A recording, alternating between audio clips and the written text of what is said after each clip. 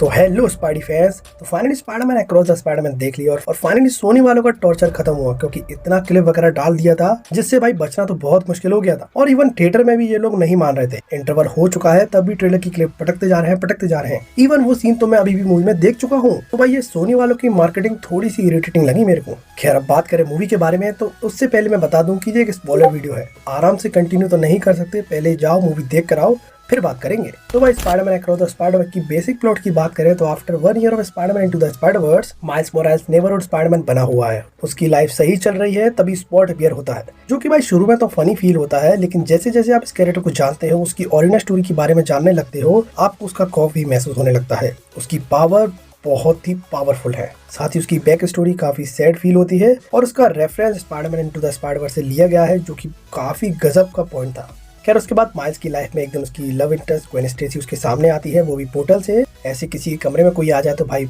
मैं भी शॉक हो जाऊंगा। लेकिन भाई ग्वेन के आने के यहाँ 2 मोटिव थे। पहला जिसके लिए वो आई थी वो था स्पॉट, जो कि मेन विलन है, जो कि मल्टीवर्स के लिए एक बड़ा खतरा बनते जा रहा है। और दूसरा है माइल्स। तो भाई अपन बात करें स्पॉट के बारे में, तो भाई वो अपनी होल्स की मदद से मल्टीवर्स में ट्रैवल कर सकता है और भाई उसकी पावर हद तक मेल खाती है अपने अमेरिका शेविज से। तो अपन ये कह सकते हैं कि भाई ये अमेरिका शेविज का ही छोटा भाई है। और भाई इस थ्रेट से डील करने के लिए यहाँ ग्वेन एक पोर्टल के थ्रू स्पॉट का पीछा करते निकल जाती है, लेकिन उसी पोर्टल से अपना माइल्स भी चला जाता है। हालांकि इसको नहीं जाना था। क्या फिर ये पहुंच जाते हैं अर्थ 50101 में। यहाँ मोमेंटम सिटी में पवित्र प्रभाकर रहता है, जहाँ भाई स्पाइडर-पंक, ग्वेन, माइल्स और पवित्र प्रभाकर मिलकर स्पॉट को रोकने की कोशिश करते हैं, लेकिन वो और पावरफुल हो जाता है कोलाइडर को चलाकर, जो कि भाई वो सीन काफी डरावना लगता है और उसका एनिमेशन भी बहुत अच्छा था। फिर यहाँ से माइल्स स्पाइडर सोसाइटी से मिलने जाता है, जिसकी मेंबरशिप काफी स्पाइडर ने ले रखी है, जिसमें पवित्र प्रभाकर है, स्पाइडरमैन पंक है, लीगो स्पाइडर है और तरह तरह के स्पाइडर है। यहाँ पे मिगेल ओहारा इंट्रोड्यूस करा जाता है, जो कि इस स्पाइडर सोसाइटी का मेन लीडर है, जो कि बताता है कि भाई स्पाइडरमैन होना ही किसी कुर्बानी से कम नहीं है, चाहे आप किसी भी यूनिवर्स के स्पाइडरमैन की बात कर लो। क्योंकि फॉर एवरी स्पाइडरमैन जब भी वो किसी अपने को खोता है उसकी ही गलती की वजह से, तो वो एक लौंडे से मर्द बनता है, क्योंकि जिम्मेदारियों का बोझ बहुत भारी होता है। और देखा जाए तो स्पाइडरमैन की लाइफ में यही उसके कैनन इवेंट है, उसके लव वंस की डेथ, जिसे भाई रोका नहीं जा सकता। अगर रोकने की कोशिश करी तो भाई यूनिवर्स कोलाइड हो सकता है। जैसे भाई इसी की बात करें कि अपने पवित्र प्रभाकर के यूनिवर्स में मिस्टर सिंह को नहीं बचना था, जिससे भाई देखा जाए तो पवित्र प्रभाकर के कैनन इवेंट से छेड़खानी हुई है, जिसमें माइल्स का हाथ था। और जिसके बाद हमको पता चलता है कि माइल्स के फादर का प्रमोशन होने वाला है, वो भी 2 दिनों बाद, और उस दिन उनकी डेथ भी होगी।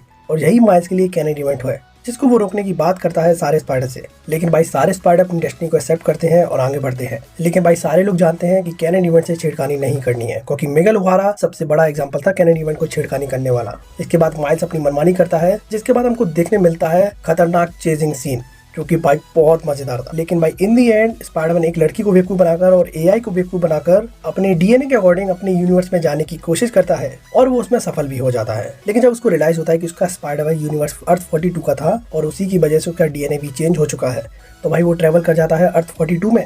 यहाँ पर माइल्स की डेड नहीं है, अंकल एरोन जिंदा है, और यहाँ प्रॉडर अंकल एरोन नहीं बल्कि माइल्स खुद है उस यूनिवर्स का।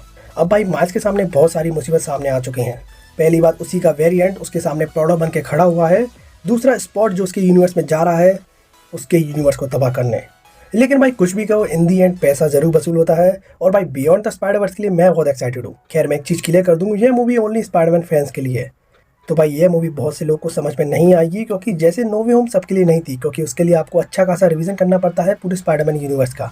जैसे कि आपको टोबे और एंड्रू के पूरे स्पाइडरमैन के पार्ट देखने पड़ते हैं। लेकिन भाई इस मूवी के लिए आपको तरह तरह के स्पाइडरमैन की नॉलेज चाहिए, जैसे Lego spider, Venomverse, spectacular Spiderman, game वाला स्पाइडरमैन, डोनाल्ड ग्रोवर वाला प्राउडर, जिसको ह्यूमन फॉर्म में दिखाया गया, जो कि स्पाइडरमैन होमकमिंग में वेपन खरीद रहा था भाई। तो भाई मे भी अगर वल्चर के चमचों से वो वेपन खरीद देता तो उस यूनिवर्स का वो प्राउडर बन सकता था। लेकिन भाई अपने टॉम हॉलैंड वाले स्पाइडरमैन ने उसको रोक लिया और उसको बचा लिया। तो भाई ऐसी छोटी छोटी डिटेल इस मूवी को अलग लेवल पे ले जाती हैं। और बिलीव मी, अगर तुम अपना दिमाग लगाकर ये चीजें नहीं देख पाते हो तो भाई तुम्हें मजा नहीं आएगा। तो खैर बात करें अपने माइल्स मोरालेस की लाइफ के बारे में, तो भाई माइल्स का कैरेक्टर डेवलपमेंट काफी अच्छी तरह हो रहा है। तो भाई पिछली वाली मूवी में अपने पीटर पार्कर की डिमाइस के बाद वो स्पाइडरमैन का बोझ अपने कंधे पे लेकर घूमता रहता है, जिसमें वो अपनी जिंदगी के सही गलत फैसले ले रहा है, अपनी छोटी छोटी जिम्मेदारी को समझ रहा है, और वो अपने फैमिली के इश्यू को भी झेल रहा है, जो कि हम जैसे लोगों के लिए ज्यादा रिलेटेबल है। ऑफ कोर्स हमारे पेरेंट हमारे लिए अच्छा सोच, लेकिन भाई हम क्या सोचते हैं उन चीजों को उनको समझने में टाइम लगता है। माइल्स का कैनन इवेंट को डिनाई करना हम समझ सकते हैं, हम उसकी जगह होते तो भाड़ में जा कैनन इवेंट मैं जा रहा हूँ उसको रोकने। खैर बात कर ले हम इसके एनिमेशन के बारे में, तो भाई इस मूवी का एनिमेशन अपग्रेड वर्जन लगता है स्पाइडरमैन इनटू द स्पाइडरवर्स का। यह मूवी देखकर कह सकता हूँ कि जो लोग इस मूवी को कार्टून बोल रहे थे, 2 घंटा 20 मिनट इस कार्टून ने ऑडियंस को बिठाए रखा और बोर नहीं होने दिया। अपनी स्टोरी लाइन के चलते, ईस्टर एग के और बीजीएम और एनिमेशन स्टाइल के चलते हुए इस मूवी ने कहीं किसी को नहीं छोड़ा। जैसे पवित्र प्रभाकर की यूनिवर्स में पेंटिंग और कलर उभर कर आते हैं, यहाँ दूसरी तरफ ग्वेन के यूनिवर्स में एनिमेशन थोड़े फैले फैले लगते हैं। कलर चेंज भी होता है तो उनके इमोशन के अकॉर्डिंग।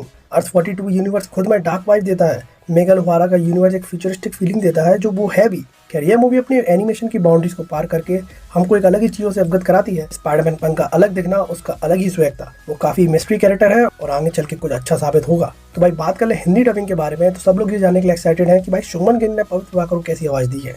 तो भाई मैं एक ही शब्द बोलूंगा, मजा आ गया। लग ही नहीं रहा है कि वो शुभमन गिल की आवाज है। मैं शुभमन गिल की डबिंग से बिल्कुल ही डिसअपॉइंटेड नहीं हूँ। और भाई इसके अलावा और भी डबिंग आर्टिस्ट ने जो डबिंग करी है, कोई क्रिंज डबिंग नहीं करी है। हिंदी स्क्रिप्ट वेल रिटर्न थी, जिसे मैंने तो बहुत एंजॉय किया। यहाँ पर पवित्र प्रभाकर की लव इंटरेस्ट गायत्री भी दिखती है, जो तुम गायत्री सुनकर यहाँ पर दिमाग लगा सकते हो कि जो ग्वेन का रेफरेंस देना चाहते हैं। भाई ऐसी छोटी छोटी डिटेल और अपना दिमाग लगाकर जो डिटेल निकाल पाओगे तो भाई तुम्हें मजा कुछ अलग लेवल का ही आएगा। तो भाई स्पाइडरमैन के लिए कुछ भी, और मैं कह सकता हूँ कि नो वे होम के लेवल का तो नहीं था ये मूवी, लेकिन फीलिंग तो वही देता है। मेगल ओहारा स्पाइडरमैन 2099, जिसने भाई मल्टीवर्स की ब्रांचेस को एक्सप्लेन करा, जो डिट्टो मेल खाती है अपने लोकी में दिखाए गए ब्रांचेस से, जो देखकर बहुत मजा आया। और भाई तुम मुझे अपने विचार कमेंट में बता सकते हो। तो भाई मिलते रहेंगे।